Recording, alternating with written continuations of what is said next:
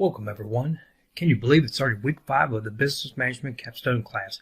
Hopefully your teams are all starting to gel by now. It seems like it, at least from the assignments I have graded so far. So keep up the great work. As always though, if you do have any concerns, definitely reach out to me when it comes to any team members.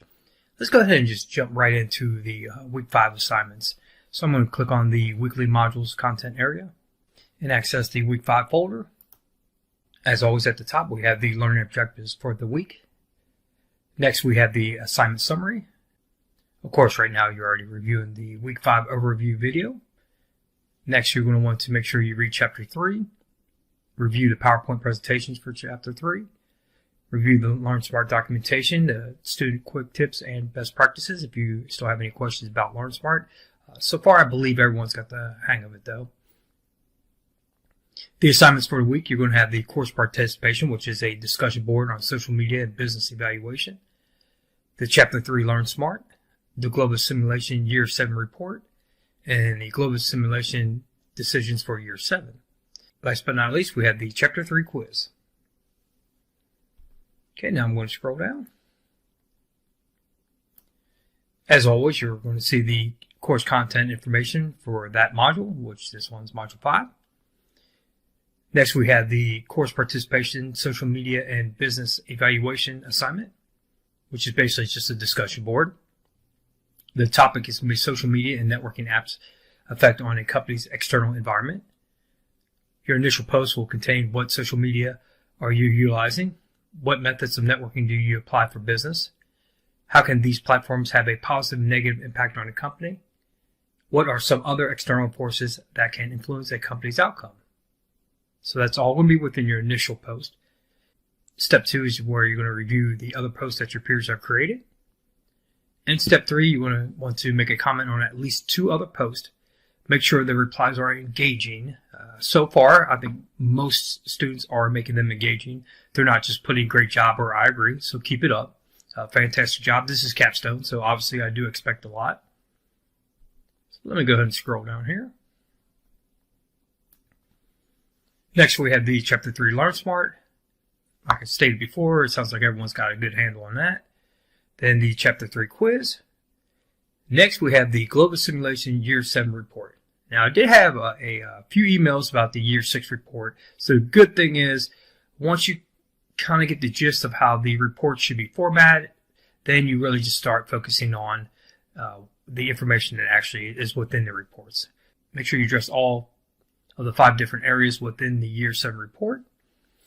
And if you have any questions when it comes to grading, make sure you review the rubric for the Year 7 report that's attached to the assignment.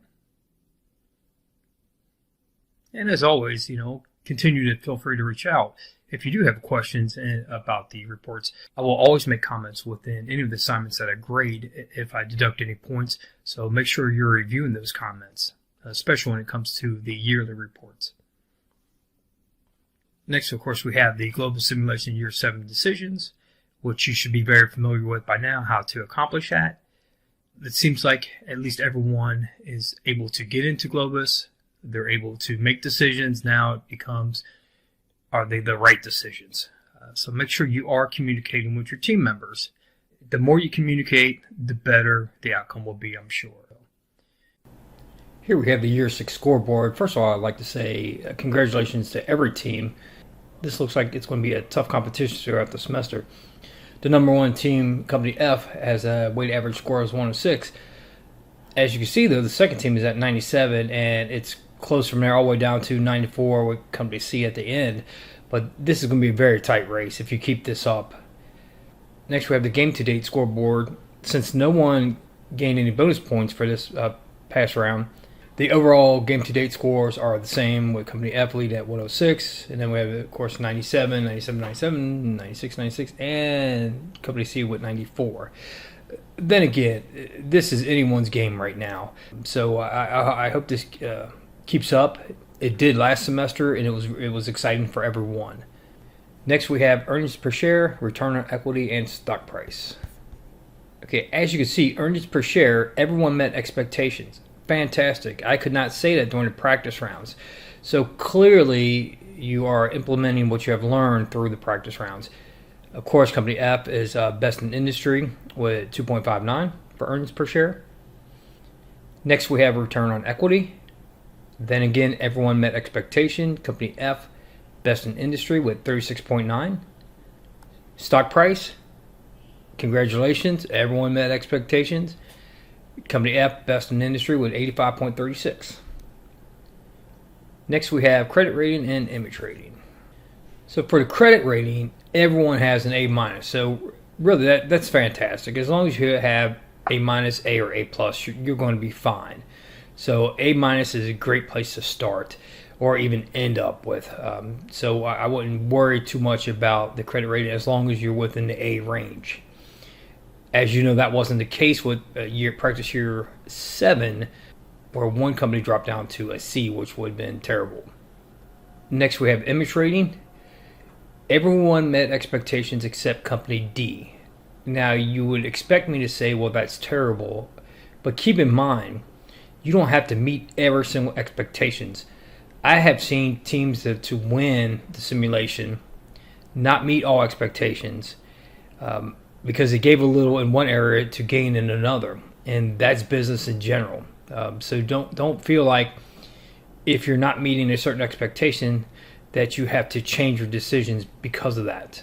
Now, obviously, you have to meet majority of the expectations to be one of the top contenders.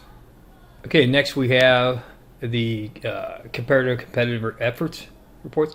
Now, I am not going to go over these. By now, you should know how to read these. And to me, if I did review them with you, it'd almost be like cheating because that's your homework to do as a business owner, okay, to figure out your competition. The one thing I do want to point out is keep in mind, but top right, you have 4 different regions you are working with: North America, Europe, Africa, Asia Pacific, and Latin America.